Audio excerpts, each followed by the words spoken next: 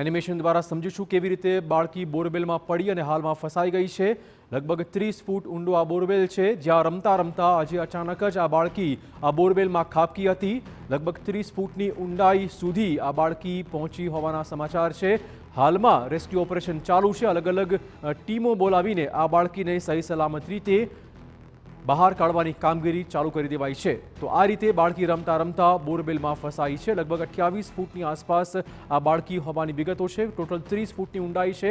28 ફૂટે આ બાળકી અંદર ફસાઈ ગઈ છે।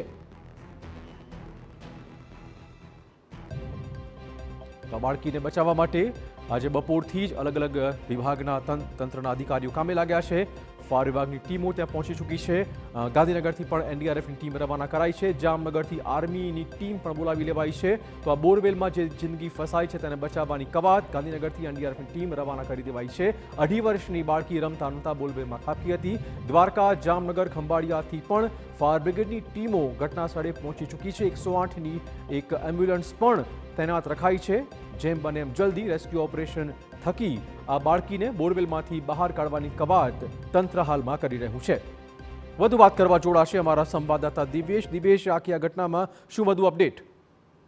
જરાક દેવભૂમિ દ્વારકાના રાણગામમાં જે ફરિયામાં જ રમતા રમતા એન્જલ નામની 2.5 વર્ષની બાળકી બોરવેલમાં પડી છે, જેને રેસ્ક્યુ કરવા માટે બહાર કાઢવા માટે લગભગ 5 જેટલી રેસ્ક્યુ ટીમો ત્યાં પહોંચી ગઈ છે। ને જે કહેવાય કે દ્વારકા, ખંભાળિયા, જામનગર અને ખાનગી કંપનીઓની જે ફાયરની ટીમની રેસ્ક્યુ ટીમો છે તેના દ્વારા તેને બહાર કાઢવાની હાલ કામગીરી ચલાવી રહ્વામાં આવી છે। 108ની ટીમ પણ તેમાં જોડાઈ છે। આ ઉપરાંત એક આર્મીની ટીમ અને એનડીઆરએફની ટીમ પણ થોડી મિનિટો કે કલાકોમાં ત્યાં પહોંચે તેવી શક્યતાઓ વર્તાઈ રહી છે। કુલ મળીને લગભગ 8 જેટલી ટીમો આ બાળકીને બહાર કાઢવા માટે ત્યાં પ્રયાસો કરી રહી છે। આ ઉપરાંત જે જિલ્લા કલેક્ટર સહિતની જે સ્થાનિક તંત્રની ટીમ છે તે પણ ત્યાં જે બનાવ સ્થળ છે ત્યાં પહોંચી છે। બાળકીને સલામત રીતે બહાર નીકળે તે માટેના પ્રયાસો હાલ હાથ ધરવામાં આવી રહ્યા છે। બાળકીની હાલની સ્થિતિ વિશે કોઈ ચોક્કસ અપડેટ?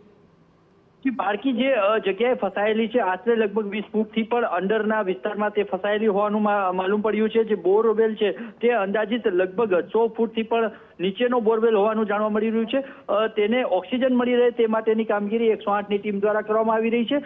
જે રેસ્ક્યુ ટીમ છે તેને સલામત રીતે બહાર કાઢવાના હાલ પ્રયાસો કરી રહી છે। ધન્યવાદ દિવેશ, તમામ જાણકારી બદલ। સલામત રીતે આ બાળકી બહાર આવી જાય તેવી સૌ કોઈ પ્રાર્થના કરી રહ્યા છે। લગભગ 7થી વધુ ટીમો આ બાળકીના રેસ્ક્યુ ઓપરેશનમાં જોડાઈ ચૂકી છે।